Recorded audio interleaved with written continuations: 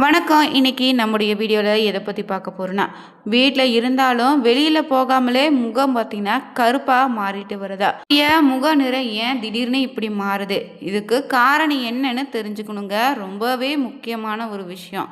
அது மட்டும் இல்லை, உங்களுடைய இழந்த நிறத்தை மீட்க உங்கள் வீட்டில் இருக்கக்கூடிய முக்கியமாக இந்த மூணே பொருள் வச்சு செய்யக்கூடிய ஹெல்த்தி டிப்ஸ் என்ன? உங்களுடைய முகப்பொலிவு அதிகரிக்க இந்த மாதிரியான விஷயங்களை ஃபாலோ பண்ணலான்னு இந்த வீடியோவில் பார்த்து தெரிஞ்சுக்கலாங்க. மேலும் புதியவராக இருந்தீங்கன்னா மறக்காமல் சேனலை சப்ஸ்கிரைப் பண்ணிவிட்டு கூடவே இருக்க பெல் பட்டனை கிளிக் பண்ணிக்கோங்க. வாங்க வீடியோக்குள்ளே போகலாம். முகப்பொலிவுக்கு பல காரணங்கள் இருக்குது. அதில் 10 விஷயங்கள் என்னென்னு தெரிஞ்சுக்கலாம். வெயிலில் சூரிய ஒளியில் அதிகம் போனால் கூட இல்லாமல் வீட்டில் இருக்கக்கூடியவங்களுக்கும் சன்டோன் கருமம் கருப்பாகுது நடக்க தான் செய்யுது. ஆனால் நீங்கள் அதிகமாக வெயிலில் போகவே இல்லைன்னா கூட முகமோ சருமமோ கருமையாக தான். அதுக்கு காரணம் என்ன, அதை எப்படி சரி செய்யலான்னு முதல்ல தெரிஞ்சுக்கணும். நீங்கள் அதிகமாக வெயிலில் பார்த்தீங்கன்னா சுற்றாதவர்களாக இருந்தீங்கன்னா இதை கவனித்து பாருங்கள். உங்கள் சருமத்தின் நிறத்தை சீராக வைத்திருப்பது உங்கள் உடலில் சுரக்கக்கூடிய ஹார்மோன்களுக்கு முக்கிய இடம் உண்டுங்க.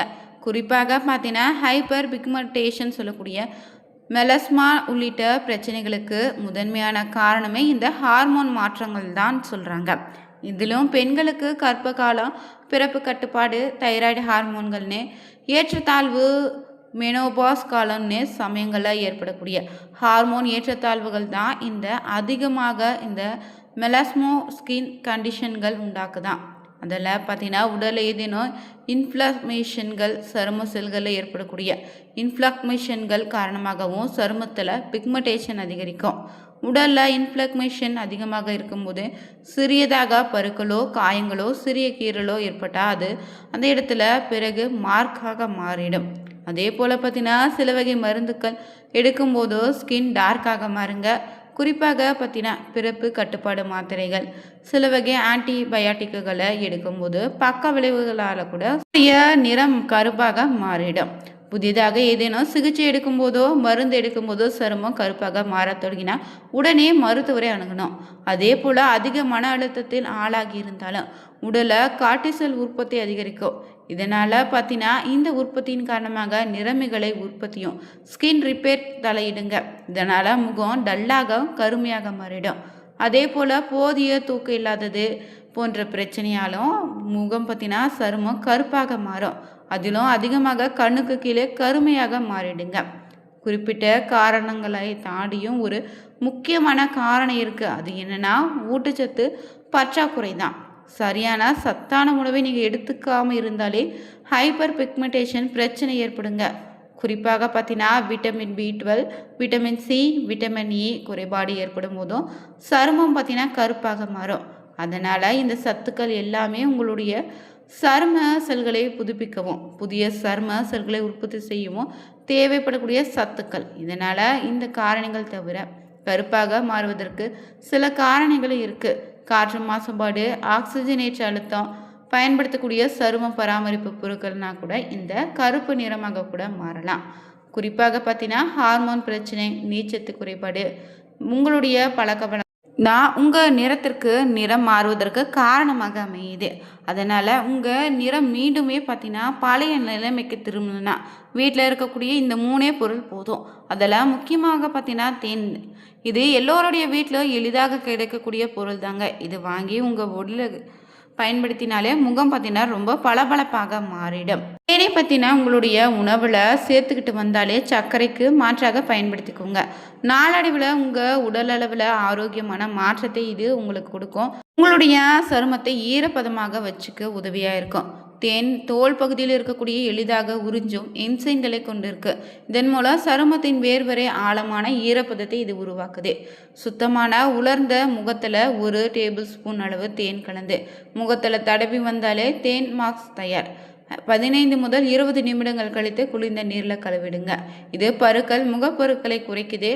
தேன் அலர்ஜி எதிர்ப்பு, பாக்டீரியா எதிர்ப்பு பண்பு இதில் இருப்பதால் சருமத்தில் அதிகப்படியான எண்ணெய் பசியை நீக்கி முகப்பருவை நீக்க உதவி செய்யுது.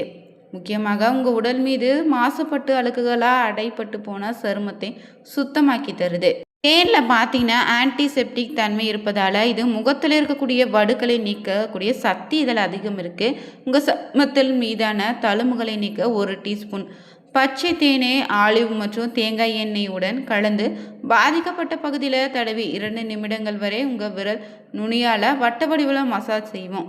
சூடான துணியை எடுத்து சருமத்தின் மீது மெதுவாக துடைத்திடுங்க. பின்னர் அதே போல் குளிர்ந்த நீரில் செய்யுங்க.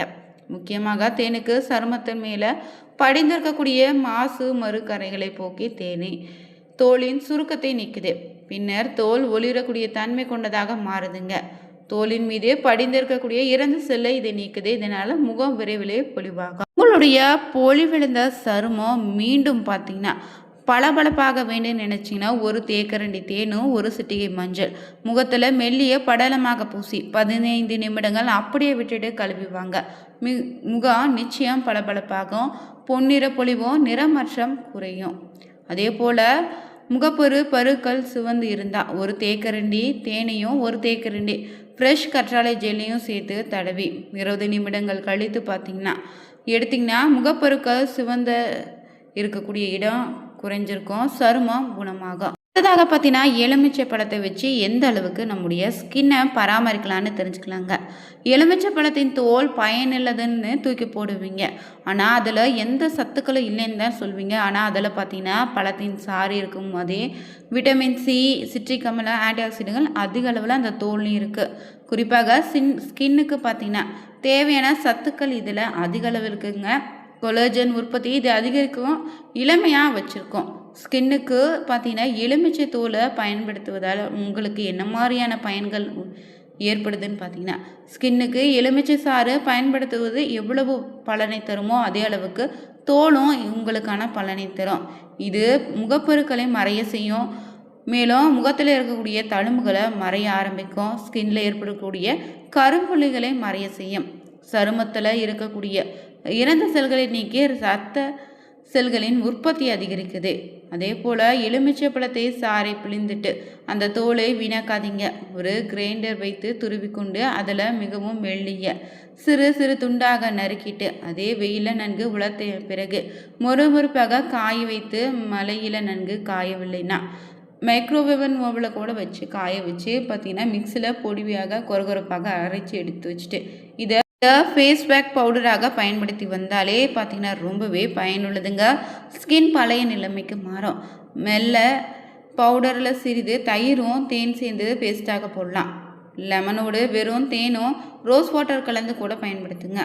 பார்த்தீங்கன்னா சிறிதளவு கற்றாழை ஜெல்லோடு 1 டீஸ்பூன் தேன் சேர்த்து நன்றாக கலந்த பிறகு சருமம் பாதிக்கப்படாத இடத்துல தடவை குறைந்தது 15 நிமிடம் ஊற விடுங்க. பின்னர் சுத்தமான நீரில் கழுவிட்டு வந்தாலே தேனியில் இருக்கக்கூடிய பாக்டீரியா எதிர்ப்பு பண்பு பார்த்தீங்கன்னா பாதிப்புகள் ஏற்படாமல் தடுக்க உதவுது. சருமத்தினுடைய ஈரப்பதத்தை பார்த்தீங்கன்னா வைக்க உதவும். வறட்சி ஏற்படாமல் தடுக்குது.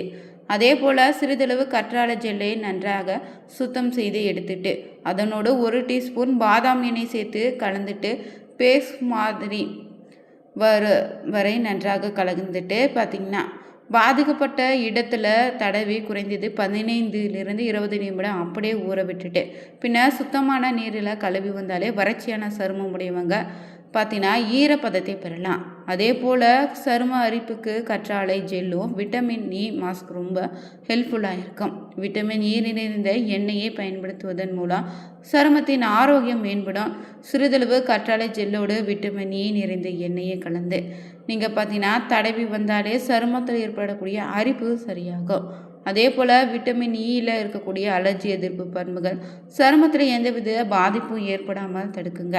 கற்றாழை ஜெல்லோடு தேங்காய் எண்ணெயும் சேர்த்து பயன்படுத்தி வரும்போது உங்கள் சருமத்தில் பார்த்திங்கன்னா ரொம்பவே பயனுள்ளதாக இருக்கும். சிறிதளவு கற்றாழை ஜெல்லோடு 1 டீஸ்பூன் தேங்காய் எண்ணெய் சேர்த்து கலந்துட்டு சருமத்தில் பாதிப்பு இருக்கக்கூடிய இடங்களில் கலவையை தடவி சிறிது நேரம் ஊற வைத்த பின்னாடி நீரில் கழுவி வந்தாலே எண்ணெய் பார்த்திங்கன்னா வறட்சி ஏற்படாமல் தடுக்கும். என்ன பார்த்திங்கன்னா பளபளப்பாக வச்சுருக்கோம். இந்த வீடியோ பதிவில் பார்த்திங்கன்னா நம்ம முகம் பார்த்திங்கன்னா கருப்பாக மாறுவதை தடுக்க வீட்டில் இருக்கக்கூடிய எளிமையான பொருள் பார்த்திங்கன்னா தேன், லெமனு மற்றும் கத்தாழை வச்சு எப்படி பயன்படுத்தலான்னு தெரிஞ்சுக்கணும். மாதிரி வீட்டில் இருக்கக்கூடிய பொருளாலே நமக்கு பயன் தரக்கூடிய டிப்ஸ் உங்களுக்கும் தெரிஞ்சிச்சுன்னா மறக்காமல் கமெண்ட் பண்ணுங்கள். இது போன்ற சுவாரஸ்யமான தகவல்களுக்கு மறக்காமல் சேனலை சப்ஸ்கிரைப் பண்ணிவிட்டு கூடவே இருக்க பெல் பட்டனை கிளிக் பண்ணிக்கோங்க. Thank you viewers.